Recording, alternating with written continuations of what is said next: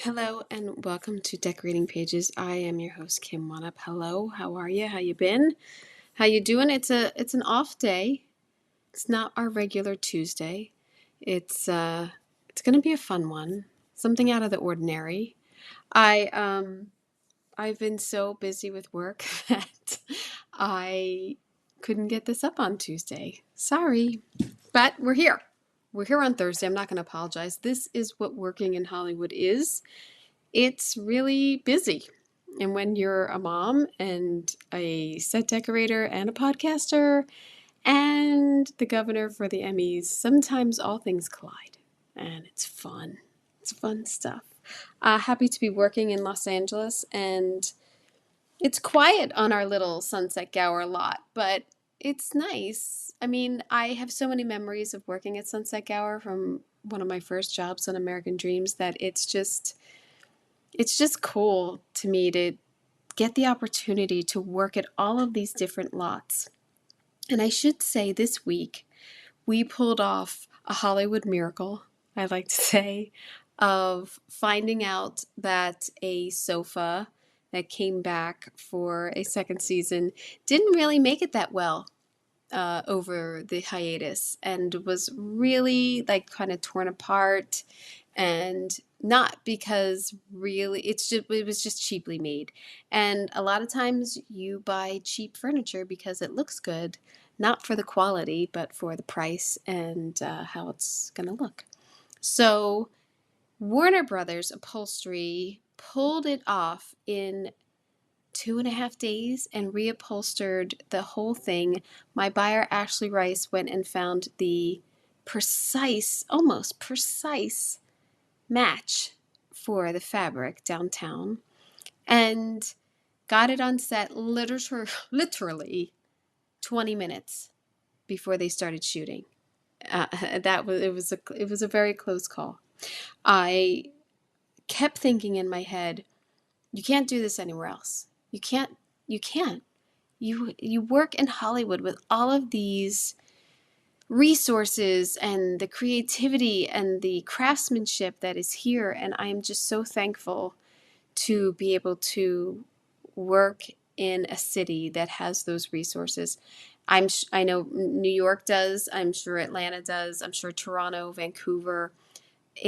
But Hollywood especially, and just the longevity of some of the businesses here that you want to take things to. Like, it's Hollywood history, and it touches me sometimes, and it's never lost on me. So I wanted to share that making things in Hollywood just pay off. I don't know if I could have pulled that off in Oklahoma or Romania. Sorry, I don't know if I could have. So yeah, because people who don't work in this industry don't have the urgency that we do. Oh, you want this sofa reupholstered? Cool. See you in 2 months. So, just putting that out there of an experience I had this week. But this episode has nothing to do with that ish.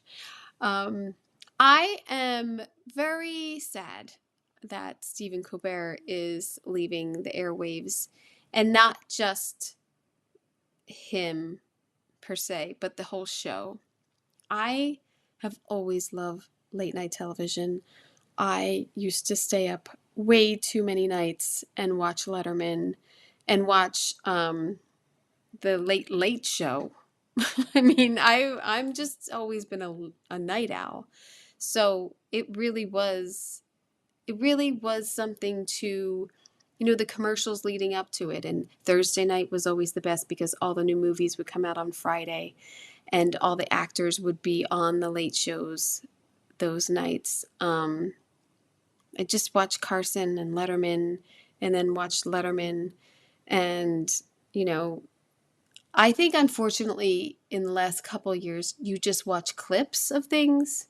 Or like my mom still watches Jimmy Kimmel every single night, but I catch the clips of it either on YouTube or Instagram. But I have always loved just the wrap up of the day, the kind of late night humor that late night had, and I'm just bummed that that historic show is going away. So here's what I'm talking about on this episode is late night TV set design from Carson to Colbert, and just a little refresher of how these sets work and the differences between them. You might think it's all the same, which they have some of this, most of the same staples, but they're all very different. So yeah, CBS announced that The Late Show with Stephen Colbert would end in May of 26, which is next week on, I believe, the 21st. And the network is ending the Late Show franchise entirely, citing financial challenges in late night television. Fallon and Kimmel will be dark those nights in support of Colbert, which feels very late night thing to do. I think it's one desk going dark and the others, dim the lights for him, pouring one out. So I don't just think about the monologues or the guests or the clips or anything. I think about those rooms, and I saw Letterman twice in person, and I was so in awe of the detail yet the simplicity of his set. And this was when he was at, was it NBC? Maybe it was CBS. It was his CBS show. Yeah. But the desk, the guest chair, the mug, the microphone, whatever skyline or scenery you have behind you, the curtains, the bandstand, even if there's a couch. It's late night sets are some of the most familiar rooms in television because we don't live in them, but we visit them night after night, year after year, and sometimes decade after decade.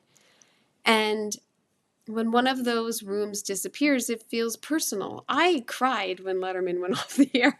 I was so upset. Late night has a very specific design formula. It is a part office. It's a part theater, almost like a newsroom. It could be a nightclub. It's kind of a therapy session sometimes. And, the set has to hold comedy and politics and celebrities and music and usually celebration and sometimes some really weird, funny skits or even some animals, some stupid human or pet tricks, something, you never know. I always love the quirkiness of their shows, and you can get away with that on late night. And it's a lot to ask from a desk. That design of that desk is so, so important. So I'm going to do a little bit from the beginning of late night to where we are now. And I am not talking about Jay Leno because I never really liked him. I absolutely love that book, and it was a TV movie. I think it was an HBO film movie, The Night Shift, about like how conniving he was to get the Tonight Show, and never really liked Jay Leno, and I'm not going to talk about his set. How about that? Editing people. So the earliest late night images, let's go over to Jack Paar. Jack Paar started out in late night, and it kind of looks like a newsroom. He's got kind of a rounded desk with him. He's got a TV in the back and wood paneling on the sides, a little bit of shelving to one side, the telephone on the desk. But it really is kind of like a newsroom and papers. There's no backdrop. There's no city line behind him, which, comes later. But this is, when you see someone at a desk, you kind of think that, oh, this person's in charge, right? You have a camera facing someone at a desk. They're in charge. And the microphone says broadcast, and you're on late night, but you want people to listen to you and stay awake. There's something almost very radio-like about these early sets. It feels like, I mean, they've added fake windows. Here is another shot with him with President Kennedy. The desk is different in this one, and there's flowers in the background. I'm sure they dressed it up a little, but there's many pictures of this backing wall. It's some sort of, like, maybe it's a rice paper or something. It's 5 panels in the back, but very small. They never got wider, basically, than this desk when you look at old Jack Parr videos. And so that's kind of where it started. And I believe that just took from news desks and sort of branching out a little bit to make it a little bit more comfortable. But really, it's a news desk. Now, there are many iterations of Johnny Carson's sets. Johnny Carson perfected the late night desk as the commander in the center, and that set to me is like the iconic late night set, Johnny Carson. You can never get those curtains, the blue, the gold, the pink, out of, it's a staple. It's been parodied. Like it's what late night was for so many people for so many years. So those designers I read credited are John Shurham, Dennis Craig Roof, Hub Brandon, Michael Haynes, Marty Dodson, Bentel Christensen, Merrill Cinder. They're listed as all art directors throughout the show. With Carson, the set becomes more of home, more homey, with the guest chairs and the sofa. And it's not overloaded. It didn't need to be. Carson was the main event, and the room understood that. They thought of him in this design, I am sure. The desk still gives authority, but the space around him gave ease. It was comfortable to be on Johnny. If you got invited over, if you were a comedian, there's so many stories if you got invited over to the sofa, to the chair. I mean, that's where you wanted to be. So that chair had to be comfortable in some sense. There's enough formality in the room with, everything matching and the small tables and the little cocktail tables and everything. And throughout the evolution of the sets, the desk has first a great pattern on it, like a relief. It's like a 60s pattern. And then it goes more sleek as it comes to like the 80s and 90s. Carson also, was very close to the guests. That's what I always think. Like when he leaned over, like they were pretty close.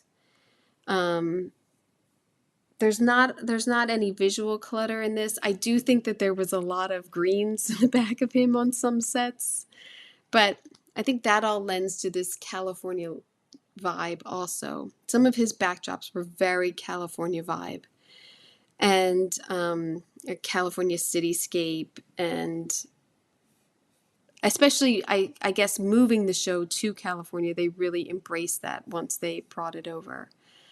And the lesson of being comfortable for your guests really carries over with every other set that I can think of in late night. So then, early 80s, I mean, Carson was on since the 60s, right? 60s. Letterman comes along. And his first NBC set, to me, is always awkward. It looks like they didn't know if it was like somebody's house or somebody's like high-rise apartment. It's funny to me. Like this picture that I'm showing has Bill Murray as the guest, which was his first guest, I believe. And there's like a clock or a barometer on the back wall and some little pictures. The chairs look like comfortable, but not beefy at all for any guests. They're very slender leather chrome chairs. And you can see Letterman eventually gets much higher than his guests. At this, he's kind of even. Cityscape in the back, coming out from the small stage where Paul Schaefer was and everything. That is really, it was such a small space. I remember seeing like wides of it and it just being super duper small. It's just odd. It's very unglamorous compared to the Late Show. So, the hour before you is glamorous, and then you come to this New York small kind of weird set. The desk is very clumpy. The carpet is brown. And like I said, the guest chairs have very different energy than the comfort of Johnny's. It's just weird. And it's perfect. It was perfect for Letterman in the beginning. His NBC show was like anti-showbiz. He was inside the television machine, but he always seemed like he was making fun of it at the same time, where Johnny never did that. And the set supported it. It didn't make him look too polished. It didn't flatter him too much. And that's great design. There's a story in this design in his first set at NBC. The best set for a host is not always the most beautiful set. The set that understands the host's relationship to the audience is really what you're trying to capture. And we get into that a lot, especially with Jimmy Kimmel. Letterman wasn't selling the warmth of a traditional late night. He was, he had some guests on that had a lot of tension and discomfort, but intelligence and conversational. It wasn't always, for the joke or prepping or promoting your movie or your TV show. He had some very odd guests on, which was great. I mean, you didn't know who it was, I know Howard Stern was on there many times before I never even started watching him. Or was it Crumb? Harry Crumb? Is that the cartoonist? I remember him being on. I remember watching very odd people that I never saw again. So, yeah. So then let's move on to, because I'm not doing Leno, Letterman moves over to CBS, okay? Now, when he moves over to CBS, he moves to the Ed Sullivan Theater, and the set becomes much bigger. And Jason Kirshner, production designer, and Mark Erbaugh as art director are credited. So in 1993, which I can't believe seems so long ago, after leaving NBC, Letterman moved to CBS to launch The Late Show with David Letterman. This was huge. It was huge. CBS didn't have I don't believe CBS had a late show at that point, and they were getting into it. Well, I guess they did, because they had The Late Late Show with Tom Schneider, right? Am I wrong? Or is that NBC? I forget. No, I forget. CBS bought the Ed Sullivan Theater in New York City for his show, which was not just a real estate decision. It was a branding decision, a design decision, and a history decision all at once. The Ed Sullivan Theater had been part of American entertainment for decades, and CBS gave Letterman a historic home instead of just another box to design. That move matters visually. The CBS Letterman set still has the late night formula. It still has the desk, the guest chair, the mug, the microphone, the skyline.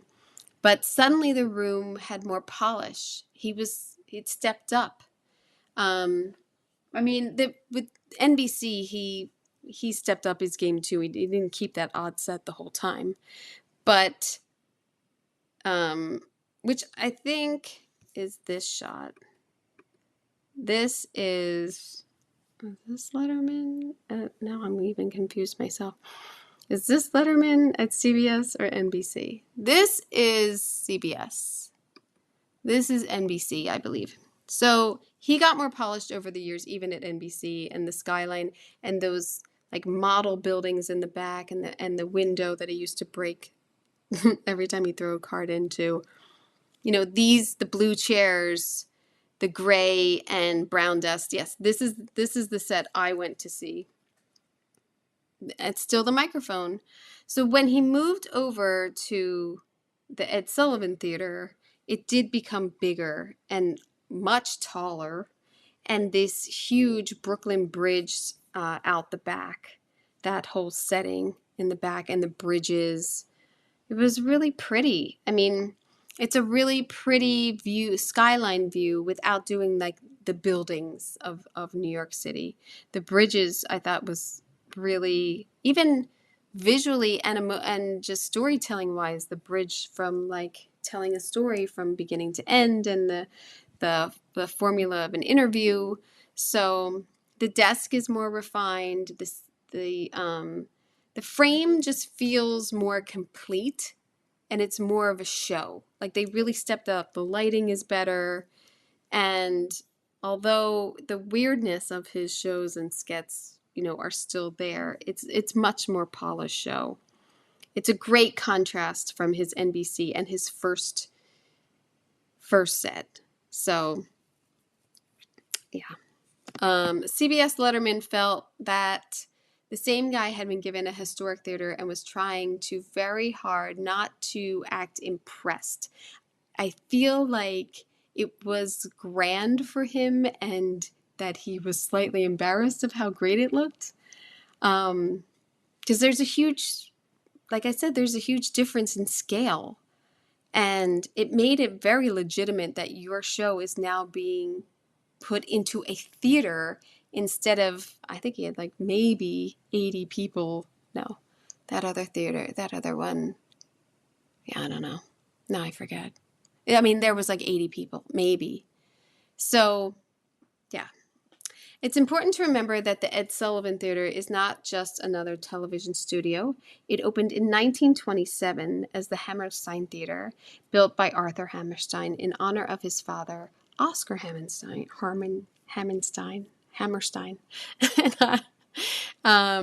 designed by Herbert J. Krapp, K-R-A-P-P, Krapp, right? The auditorium held this Gothic, almost cathedral-like feeling, a domed ceiling, decorative columns, stained glass, and a sense of ceremony that made it different from the plain broadcast space. It later became CBS Studio 50 and eventually the Ed Sullivan Theater, tied forever to Ed Sullivan's show and the history of American variety television. So when Letterman goes there, he's not just entering the studio, he's entering history, really. The building had already seen Broadway, radio, variety, music, comedy, and the Ed Sullivan Show made the room historic. I mean, Elvis, the Beatles, they were all there. There is a great documentary that came out last year about the Ed Sullivan Show. I forget what it's called, but it's pretty good. So, yes, that history lives in the architecture. Letterman didn't completely surrender to this. CBS set more of the scale, but the design still has restraints. Like, it's still a little urban. You're still getting these columns and trusses and window panes higher now. But yeah, it became a huge set. I mean, I'm showing the whole set in the band and the home base and, where he was. It was huge. It must at least have been 3 times the size of the NBC one, right? Yeah. The audience view is crazy. You understand that late night is a theater when you look at a view like this and you see the audience and how close they are to everyone. Oddly enough, I saw Letterman twice, and both times Gary Oldman was the guest.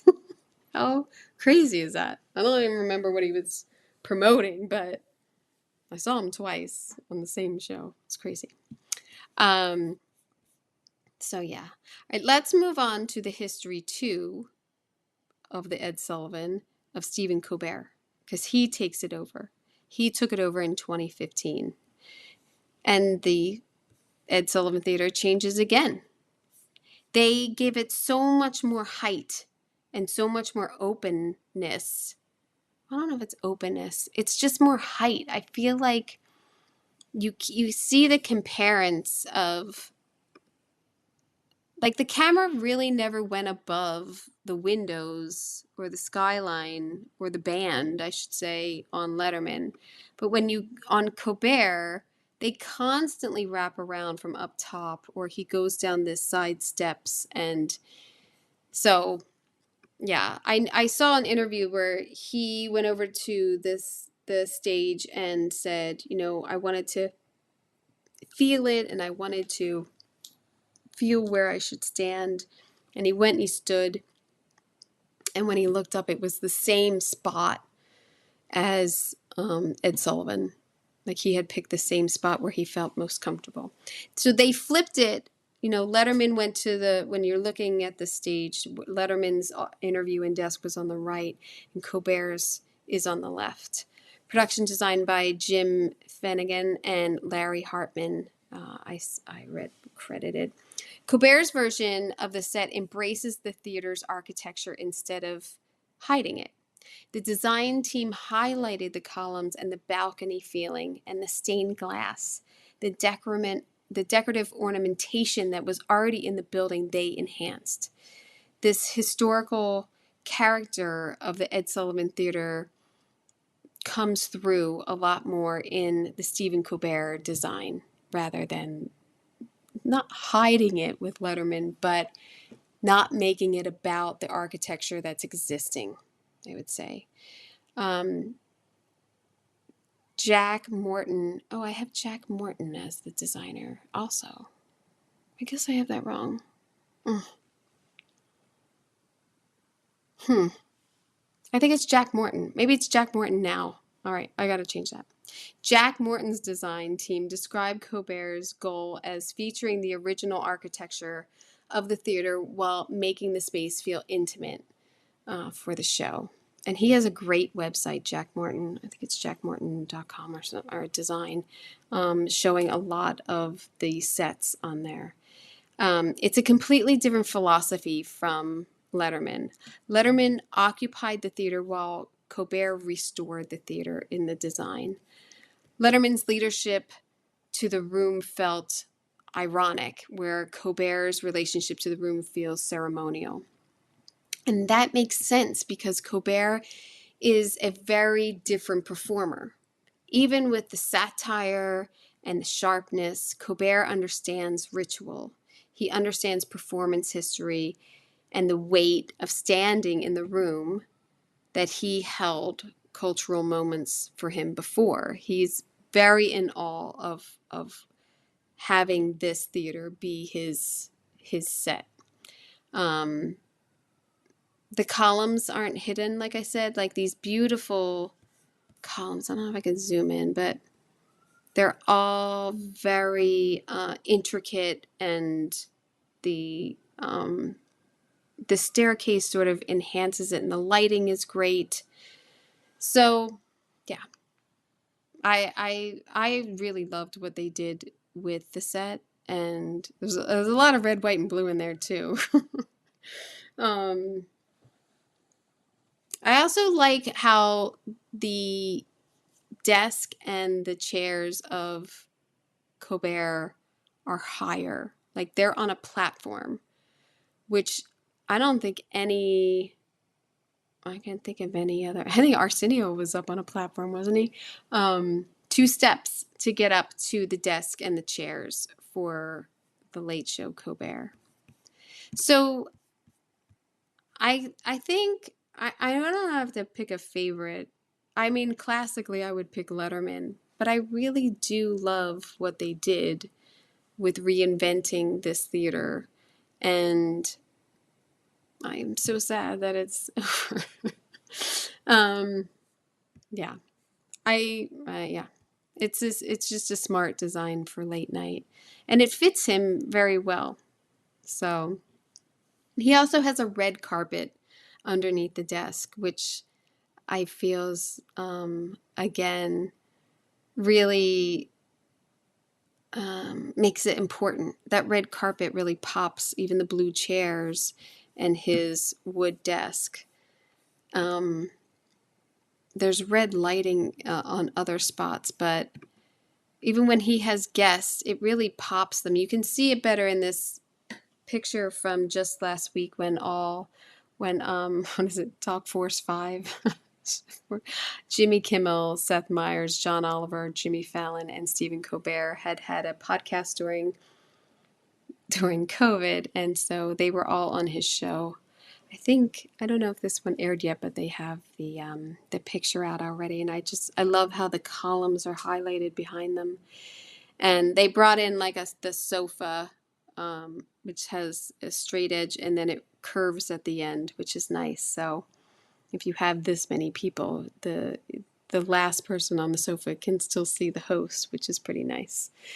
I also would say I think it's very interesting that Colbert's view isn't of New York City skyline, really. It's of Central Park and of the Hudson.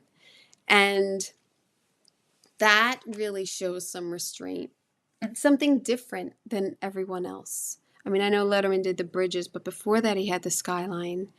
And I know Leno had the skyline, and many others do skylines in the back, as we'll see. But, it's, I always thought that was super sweet that he had the Central Park behind him. It's just sweet. I don't know how else to describe it. Yeah. All right. Let's go to Jimmy Fallon. So Jimmy Fallon, I have as David Ellis, production designer, and Heidi Miller, set decorator, who has been on the podcast, and you can listen to that. That was the last 6-8 months I spoke to her. Really great. They were nominated last year for an Emmy for their design for the first time. So to me, Jimmy's is so completely different. The world is Hollywood after dark, and it's very darker and moody and very lounge-like. The furniture feels more softer. I don't know. I just always feel like people are lounging when they talk to Jimmy, and he's not trying to be in a theater. He's not trying to make it this big thing. It's a clubhouse. It's like a Hollywood clubhouse to me. And in the beginning of the show, they used to go backstage all the time to like their green room and their bar to really make it like this like club that you were hanging out in. So it's just a very different energy than the New York shows, and you feel it when you watch it. You look at his desk, it's a fluted wood panel desk. But also, when he comes out, he comes out to the center of the big room, and the desk isn't there. They pull that desk out during commercial, and so his room isn't that big either. I mean, he has the band on the other side, but when he's doing his monologue, he's basically where his desk is, but they pull it out. I also too really like the dark hues that they have behind Jimmy. And again, the set has gone through many versions, but right now it's like a black silhouette skyline, the blue Hollywood Hills and sky behind him with a big moon. And he's way higher. He's like way higher than his guests, which is funny. But yeah, where I'm looking at him with Sharon Stone, who was on a couple nights ago, and he looks way higher. I do like Jimmy. I guess there's no microphone with Jimmy. I didn't realize that before. It's pretty plain. He's got maybe some sort of, he's got like an ashtray over there, and just his nameplate, Jimmy Kimmel. And if you look, I mean, that's very commanding back to Jack Parr. When it's just him at the desk, or even just him with a guest. It's very commanding, his desk and the sight lines that they have on his show. I would say Kimmel's set really has like attitude. It has, it's more laid back and more comedy. It's the same formula. Look, it's a desk. Oops. It's a desk, it's chairs, and it's a skyline. Same formula, totally different vibe though. So yeah. Now talk about a different vibe. Go over to Jimmy Fallon for the Tonight Show, which he moved back to New York. And this set is polished and clearly built as a variety set. Oh, he's up 2 stairs too. I didn't notice that. And to me, it's this is a stage, and this is like almost like a performance area. They do many skits on the show in their stage area, and the band has a big section on the other side. But the golden hues of this, again, they got the blue-gray chairs, kind of like Letterman. And I feel like this design, should I say, who do I have? Eugene Lee was the original lead. And then Peter Barron, Kelly Hansen, and Heather Woloski are also listed as production designers. Wood tones do soften up the room, and the city backdrop gives New York City this really sparkle, like it's all gold. It's beautiful. But to me, the redundancy of the skyline and then the visual skyline behind it, I've always kind of bumped on. There's so many other things you could put behind Jimmy on that screen than another New York City to me. I do like that they give this set some sort of functionality. Like he has drawers behind him, which I always thought was funny. And I do like the lighter, he's got kind of a lighter tone desk. But all in all, this seems completely different from like a Jimmy Kimmel. And it's almost like, when Letterman went to CBS, it's much more polished for Jimmy than it was. So I don't know. It's tight. I don't know. It's like a very tight design to me. And it's fun too. He's such a fun show. They do so many funny things on that show. It's but it's very modern, and I don't know. I don't love it, to me. I don't know. I guess the redundancy, but I love those model. I love the model and the skyline in gold. I think is so pretty, and all the gold tones and everything. It's very warm and inviting. And when the guests are in the chairs, the angles on those buildings is really beautiful too. So, yeah, I don't know. I don't know. Now, if we go to Seth Meyers, so this is taking over Letterman, which I don't even know if it's the same. Is it the same? I think it is, because it's in Rockefeller Center. Now his desk is to the left instead of Dave's being on the right. And they really embraced this brick columns, and they're back to the windows behind the host and the guests. And he also has a nice desk. I do like his desk. It's the same thing. Because it's not just wood. I think that there's metal vertical strips in it. I like the design of Seth Meyers' desk a lot. I find the windows to be very busy behind him. And I have Ellen Wagnet as the production designer. I hope I have all these right. Because I look them up and then I'm like, did it change or was that the first person? Yeah. I find that the black mullions of the window distract me as a viewer. I don't know. That's just me. But again, you have these same staples, the desk, the chair. He doesn't have a mic anymore, so it slowly drops off. But the guest chair, you have the scenery in the back. Not as many greens. Greens really went away. Johnny had greens. I think Jay Leno had greens.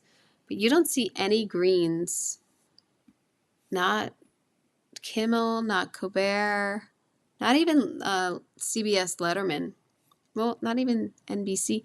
The first NBC Letterman had like a fern. I know that. But yeah, greens really went away. That's funny. I never noticed that. Look at that. I learned something new every day. But I like the variety of all of these styles. And I mean, Jimmy's out here, but the rest of them are in New York, and yet they're still all different. I mean, Seth Meyers has a different view. They really love, I mean, the Empire State Building is always so great. And that is the center of Jimmy Fallon, and it's also right behind Seth Meyers, too. So, but I also wonder, I don't know from that building, if that is an actual view from that building, which I think would be cool. There's a lot of blues in late night. Blues and wood tones seem to dominate. I think that's why Colbert stands out to me with the red, that it's something different. And no one ever again tried the Johnny curtain. No one ever went back to that Johnny curtain. Everybody has like solid curtains pretty much, right? So Jimmy's has a little bit of shimmer to it. Really pretty. But yeah, no one really went back to that Johnny. I guess you can't duplicate it. So yeah.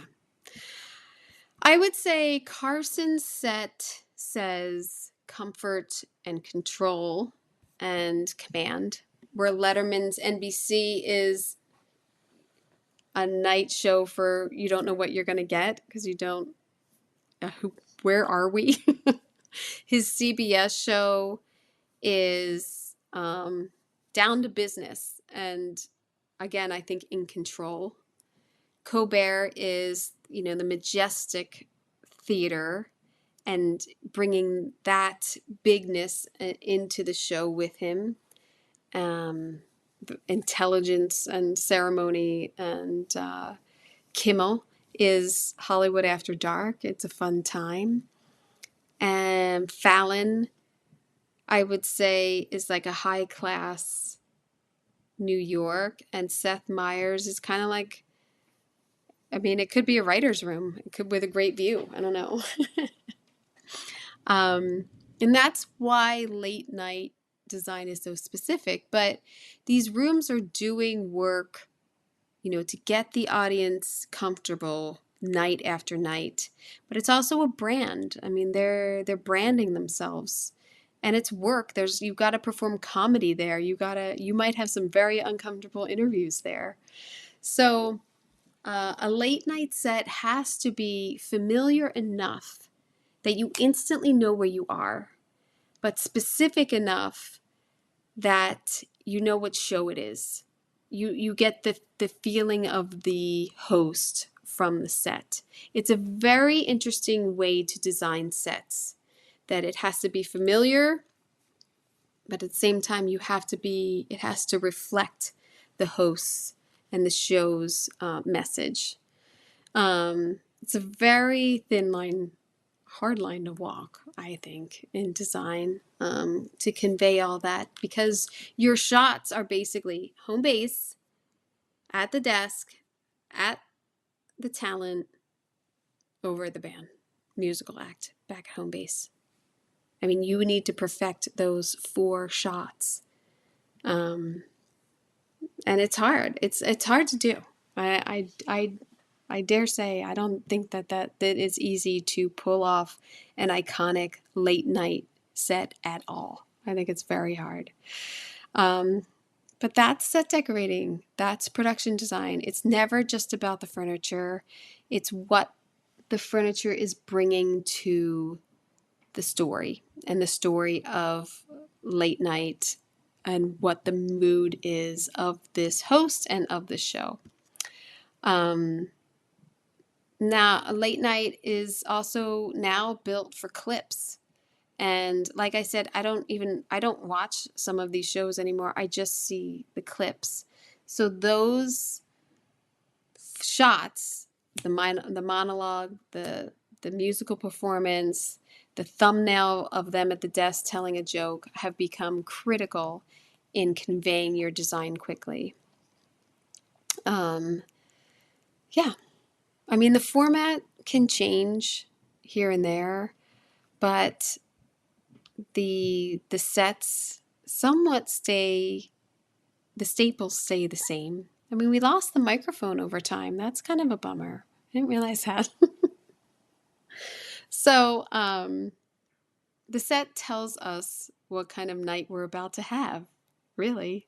It's going to be fun or quirky or intelligent or, it tells us, that we are going to be comfortable in this space and we're going to see jokes and we're going to see movie stars or, our favorite person on that show. So, I am sad that Colbert's ending. I'm sad that late show is ending because, that's a part of an identity of television that's going away. It's not just about losing Colbert. It's about losing that late night show for me. We're losing one of the last major nightly rituals in a historic television theater. Like, that's sad to me. There are rooms in our living room. There are rooms you used to sit there and watch it and it'd be part of your living room and it was just an extension. And now it's an extension of your phone or your laptop or wherever you're watching. Television is changing, obviously. Budgets are changing, as if you listen to this podcast. And audience and viewing is changing. Clips are much, and I'm at fault too, just watching clips. I can't stay up till 11:35. Although I will tonight to edit this podcast. But rituals have shifted. And, for better or for worse, I hope that late night stays a staple as a part of comedy and a part of television.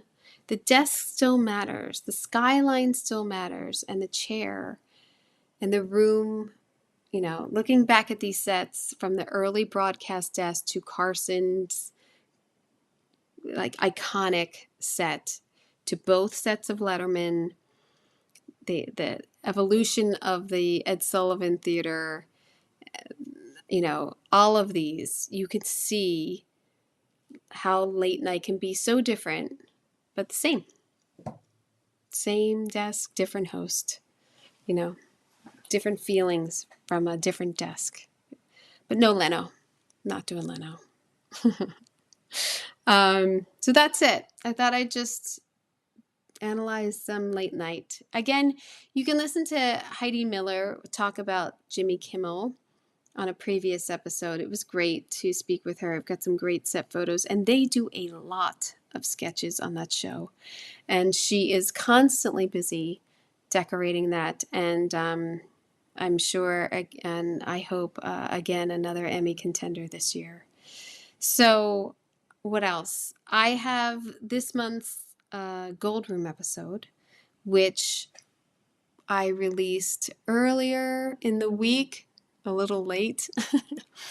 But I did a very frank conversation about starting up a show because as I'm starting up a show now, it brought up a lot of memories of past and how it used to be and how it is now. So it's a great little reflection of honestly how you start a show in research and budgeting down to, day one of shooting, and the frustrations and the triumphs that you go through in starting up a show. So again, that's one of the Gold Room episodes for subscribers. You can subscribe on iTunes or Patreon. I'm actually thinking I'm going to put them on the website too, but I haven't gotten to it yet. But I will. I'll get there at some point. A little busy, hence this late episode. So I have some great Emmy FYC interviews coming up in the next couple weeks. So stick around for that. I know you got an earful, and I hope you take a look at Stephen Colbert's last show and take in that beautiful, beautiful set and give it a little nod goodbye. So I hope you got an earful. I'm Kim Wannop for Decorating Pages.